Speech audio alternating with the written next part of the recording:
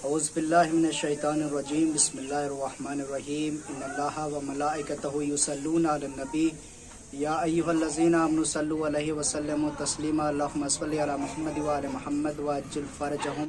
YouTube analytics के मुताबिक हमारे व्यूवर्स में से 76% लोगों ने हमारे चैनल को सब्सक्राइब नहीं किया है और सिर्फ 25% सब्सक्राइबर्स ने ही बेल आइकन को प्रेस किया है। हम तमाम व्यूवर्स से दरखास्त करते हैं कि हमारे चैनल को सब्सक्राइब करें और बेल आइकन को प्रेस करें ताकि हमारी लेटेस्ट वीडियोस आप तक पहुंच सके। अस्सलामु अलैकुम व रहमतुल्लाहि व बरकातुहू मोमिनीन। आज हम जिक्र करेंगे खुम्स के बारे में कि मिसाल के तौर पे जब हम खरबूजा लेते हैं या तरबूज लेते हैं तो हमने मिसाल के तौर पे तरबूज एक ख़रीदा तो उसका मोटा छिलका, तरबूज कम से कम अगर 5 किलो का है उसका अगर हमने छिलका निकाला तो कम से कम 1 किलो का तो उसका छिलका निकल ही जाता है। इसी तरीके से लेकिन जब हम छिलका उतारते हैं उसको फेंक देते हैं, लेकिन हम अफसोस नहीं करते। क्यों?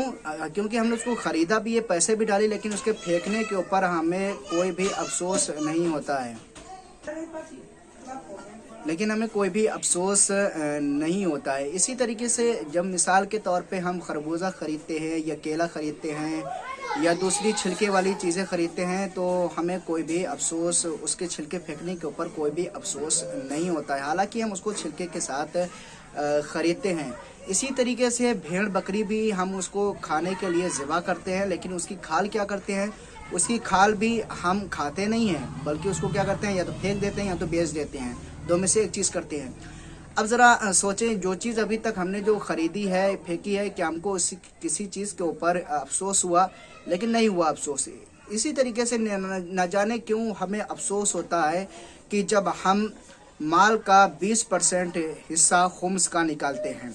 मिसाल के तौर पे 100 रुपये में से 20 रुपये जब हम खुम्स के लिए निकालते हैं तो हमको बहुत ही तकलीफ़ होती है, बहुत ही ज़्यादा तकलीफ़ से हम गुज़रते हैं और हमको अफसोस भी होता है, लेकिन हम खुम्स नहीं निकालते हैं। हालांकि हमको खुम्स निकालना चाहिए, क्योंकि खुम्स निकालने से आपका माल जो है वो भी पाक होगा और जो आपकी ज़रूरियात हैं वो भी आपकी ज़रूरियात पूरी होंगी, और जो आपकी मुश्किलात हैं खुदावंद आलम उस खुम्स की बरकत से आपकी तमाम मुश्किलात को भी आसान कर देगा, उनको दूर कर देगा, क्योंकि खुदावंद आलम गफूरुर रहमान है, रहीम है, करीम है।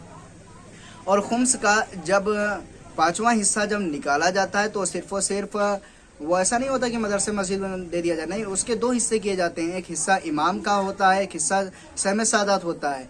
इमाम का हिस्सा जैसे मस्जिद, इमाम बारगाह, इन सब चीज़ों मदरसे वगैरह में दिया जाता है, और सहमे सादात जो है वो किसी गरीब सादात को दिया जाता है, और उसके भी कुछ शराइत हैं जो देने के लिए शराइत होते हैं। तो हम सबको चाहिए, हम तमाम मोमिनीन को चाहिए कि खुम्स निकालें, और ताकि जो हमारी बरक़ात हैं खुदावंद उन बरक़ात में और भी ज़्यादा बरक़ात अता करे, और जो भी मुश्किलात हैं खुदावंद आलम सबकी तमाम मुश्किलात को दूर करे। आमीन या रब्बल आलमीन। अल्लाहुम्मा सल्लि अला मुहम्मद व आले मुहम्मद व अज्जिल फरज।